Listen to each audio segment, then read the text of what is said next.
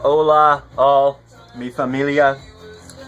This is an update for the dream thing. I told you that I was gonna keep you guys updated on the crazy dreams, and I had my first one. Thing of it is, the last video that I made for the Halloween one, I haven't slept since then.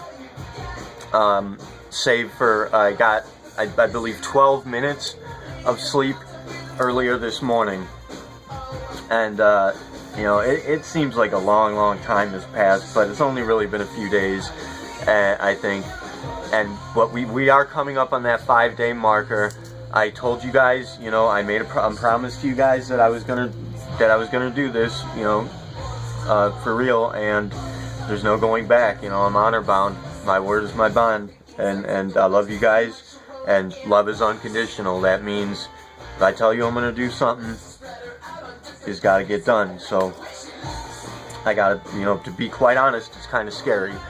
I have a very addictive personality, which I wouldn't consider to be entirely a fault, considering that it's probably one of the reasons I don't give up on things, which I have to say, for those of you out there who might be watching who have given up, have ditched out on the initiative and given up, you know, even if it's because I was an asshole to you, whatever the case is, giving up on things, you know, especially when you've pronounced dedication to something, like you've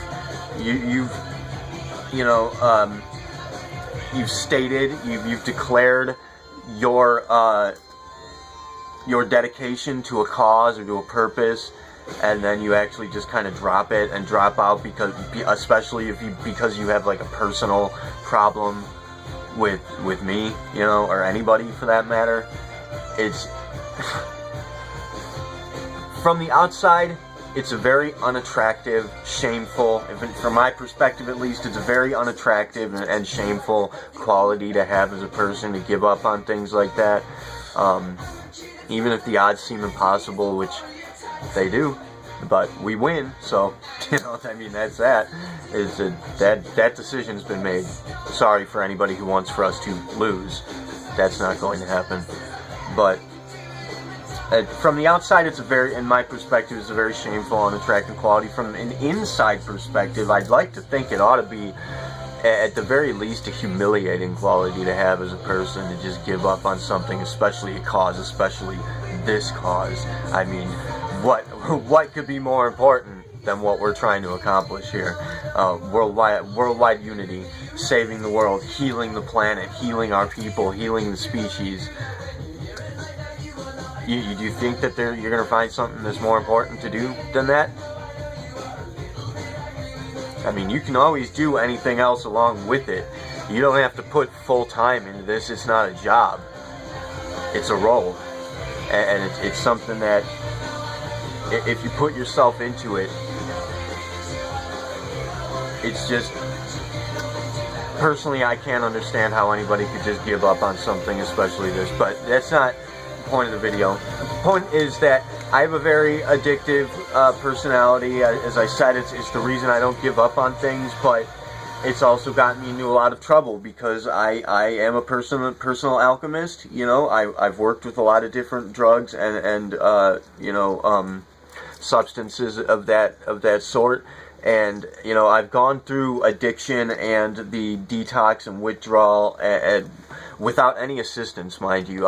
When I went through addictions, so you know, the addictions that I've gone through and withdrawn and cut off of them, you know, I didn't even have insurance. I didn't have a doctor. I had no help whatsoever. And there's nothing to assist me in that, and I did not, you know, I'm an extremist. I certainly did not wean off of anything. I pushed it as hard as I can until the fucking wheels fell off, and then I dropped. And, you know, there are some cases where, you know, one in particular where I actually sometimes think I might actually be dead in my bathtub at my first apartment, and this is just like all an afterlife dream. But what I'm saying is, I've been through tough shit that with addictions and withdrawals, and I've gone through most of it, except for needles. I can't do anything that has to do with needles. I can't even touch it. I can't get near it. I still cringe and kind of have a panic attack when they have to draw blood and shit at the doctor.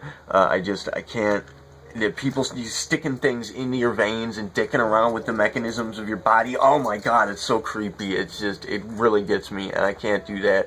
So I mean, it's ironic because from what I've been told, a lot of people think that I seem to be, or appear to be at least, a heroin addict at first glance when they meet me, which, you know, that's really the only drug, that and anything else that has to do with needles, but especially heroin, obviously, is the only drug that I've never done or been addicted to. I've tried heroin, ingesting it, you know, not shooting it once, and it wasn't a fun experience. It's like too much. It's kind of like the feeling that you get is kind of like a burning effect. Like it's just too much of what it is. It's like OxyContin, that shit. Nobody needs that. That's not nobody needs that shit. We have much better pain relievers that are good for you, that are not going to harm you, and that don't have that terrible burning kind of effect. Anyways, for anybody that does think I'm a heroin addict, I mean, I burn up a lot of energy. My metabolism is very high. I'm always moving. I very rarely rest. I eat once a day, and of course I eat a fuck ton of food, like a lot. I have to eat a lot to keep my energy, because it just burns up. Like, I can eat, you know, five course, you know, or 5 meals worth, 5 people's worth of meals in one sitting very quickly, and that will burn itself out in a matter of hours, and a few hours at best. That it will already be gone. You know, the food will already have repurposed and processed itself through my system. So I push myself pretty hard, and I have been through a lot of addictions, but not heroin. So I guess all I can say to anybody who does think that I'm a heroin addict, you know, I tend to be I try to be a happy, kind of outgoing, upbeat type of person as best I can.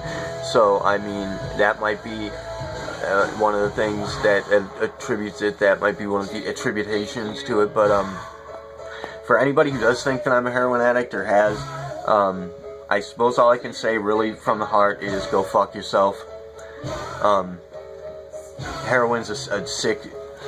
It's a terrible drug that we are fighting like hell to get rid of, and it's your people, man. It's your fucking, it's your corporate entities, it's your pharmaceutical corporations, it's your FDA, it's your fucking DEA, it's your governing factions that are pushing this shit on you in whatever form they do. Fentanyl, OxyContin, whatever it happens to be, it's all smacked. It's all the same fucking thing, and they're pushing it on you like hell because they make a lot of money off of it. I mean, somebody who gets hooked on that is guaranteed to be a repeat customer, and that's the gist of it. But same as tobacco, which I have smoked for, let's see, I smoked since I was 13, so that's going to be like 17, 20 plus 5 years times 2 this time around.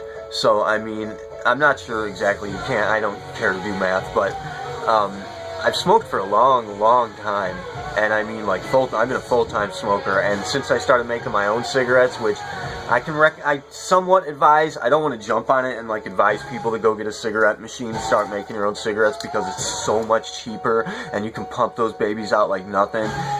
But I don't really want to advise that.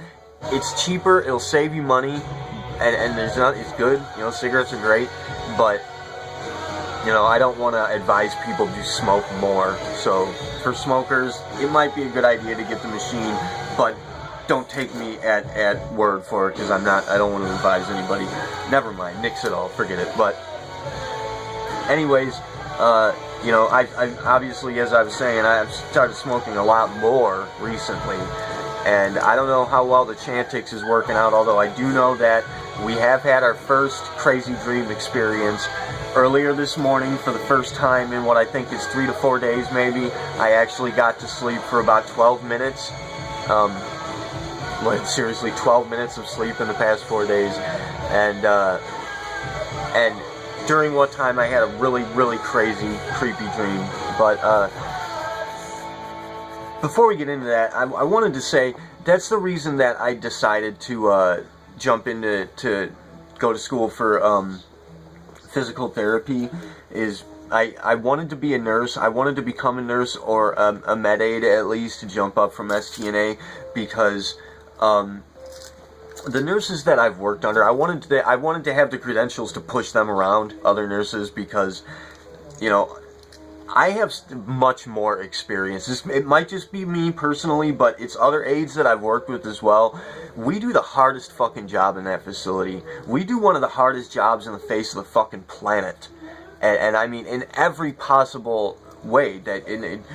It's, you know, physically stressful. It's tenuous. It's stressful. It's disgusting. It's disturbing. It's really trying on the spirit when you love residents, when you truly love some of your residents, and when they kick the bucket. You know, it's a tough fucking job to do. It's a really tough job to do, and I know that some of you watching are RNs or in the nursing field in some respect. So I'm not going to naysay you. I don't want to down talk you. You might be an incredible person. Obviously, if I know you and I speak with you on a regular basis, then I have a great degree of respect for you, and I understand that you're a wonderful person. But so I'm not naysaying nurses in general, but most of the nurses that I've worked under, save for a few select nurses that were wonderful people, most of them have this tendency to be like really arrogant, snobby, pushy, shitty kind of people that look down on others. They abuse the residents, they abuse the aides, they abuse us, the STNAs. As I said, we do the hardest fucking job in that place, and we have the most pride and care for it. You know, we deserve the highest amount of respect in that fucking facility, in that field in general, save for maybe surgeons or you know, what are they called, the EMTs in the, you know, who show up in the ambulance. They do real tough work, and fucking props to them. Props to all my med peeps, even the nurses, even the snobby nurses I'm talking about. Props to all of you. You're wonderful people, you do wonderful work. But the nurses that I've worked under, a lot of them, for the first piece, they're really shitty, and they look down on other people, and they put people down where they have like no reason to, because B, they don't know shit. Like, most of them don't know a fucking thing. In my training to become an STNA with the Red Cross, I learned more than most of the nurses I've worked with know. And there are times which I shouldn't say this because it's not really legal, but there are times when I've had to advise nurses on medication and resources, on procedurals, and there are times when I've actually had to step in and take over, assist, but take over for nurses during actual procedures, even surgical procedures, because they were fucking up and they didn't know what they were doing and they were out of their depth, and I had to step in and take over for them as an aide, which, as I said, is not legal, so forget I said that. But seriously, I mean, and then they'll still look down on you and be shitty and arrogant about it, so that pisses me off. But that's the reason I didn't become a nurse, and I won't become a nurse, is because I can't deal with needles. I can't handle needles at all. You know, it's creepy shit, and I hate it. So, but most other drugs I've gone through the withdrawal effects of. However, smoking is new to me, you know. I tried to quit smoking once before, and it had really bad backlash. Like, I don't want to get into that, take up too much time, but it was a really fucking seriously shitty experience, and I'm afraid. That's what I'm saying. Basically, honestly, guys, I'm scared about this. It's going to be really tough, and I really hope that you guys can give me support on this, because it means a lot to me. I really appreciate it. And yes, the energy that you put out does have an effect. The effectiveness of the energy that you put out, the strength of the effect that it has is it's only limited by your belief in it. If you truly believe and have faith in yourself and your power to affect people, it's going to make a difference. It's going to make a big difference. So I'm hoping that you guys will help me with this. It's going to be tough. But anyways, as I said, I actually got to sleep. I was dying on this one, man. I was going 4 days without sleep, and I was running out of food too at the time. The last night at the time. It seems a long time ago to me, but I actually had to drink myself to sleep. Like, I was desperate. I had to chug a fucking 40 of this disgusting fucking beer to get to sleep. And I fell asleep for 12 minutes. And obviously that was enough. But during these 12 minutes, I had a dream wherein I was, I think, roundabouts 40 some odd different people. In the dream, everyone that I touched, or either touched or made contact with or made direct eye contact with, I transferred to them. I was still me, but when I transferred to the other person, I had their objectives. I had their prerogatives in mind. I became their identity, but I still recognized myself as me, and at the same time, I was kind of like watching it. There was a secondary perspective wherein I was kind of viewing it as though it were on a screen, like playing a video game. And it started with me hanging out with some people. We were walking down the street. We were walking home. For some reason, I kept stepping in these like pools of mud that sunk all the way up to my hips, and I was just dragging mud everywhere. And I really wanted to change my fucking clothing. And I knew all the words to all the rap songs on the radio. Somehow the radio was playing. Like, I think it was playing out of a car that we were nearby or something as we were walking. But I knew all the words to all the rap songs, which of course I do know a lot of them. In this life, in this world, I know the old school shit, you know, fucking, you know, Dre and fucking NWA, obviously, Easy, fucking, you know, Snoop, a little bit. I didn't really get into him too much, but, you know, what's his name, damn, how could I forget his name? Tupac. Fucking Tupac for sure, man. I know all that shit. But and I got into Slim Shady too, and fucking especially D12. I love them because they're heavy, they're hard. They really hit hard. And with the exception of Bizarre, he was kind of crappy. Like, I mean, he kind of ruined D12, but he didn't really ruin them. And I guess he was an acceptable addition. It's just his lyrics were just stupid. They're stupid. Sorry, Bizarre, but it was just really like childish. But everybody else really fucking kicked ass. And of course Slim Shady, he's a bad motherfucker. His words are weapons. He's very good at what he does, and so I do respect him and love him in that regard in his music. But not so much. I didn't really get into him. I'm more of an old school person. But in this dream, I knew all the words and I could sing along with all the like snap, like right on cue, and it was pretty awesome. I liked that. I had fun with that. But I wanted to change my clothing, and when we got home, which home was this giant complex that was like a dormitory, like everybody lived in this giant building down the first floor, and it was a big building, but I mean, it's semi-big. It had a few floors. It wasn't like a skyscraper. It was like, you know, the size of a medical facility, but everybody lived in dormitories on the first floor, and it was like, when I got there, I shook somebody's hand and I became them. And that's when that began, when I started transferring from person to person. And I had their identity, like I knew who I was as them, at the same time watching myself from an outside perspective as though it were a game. And I was trying to instruct myself, but I couldn't get through to me. The me that was in there becoming these people had a totally different frame of reference. It was very strange. I've had these sorts of dreams before, but this one was incredible.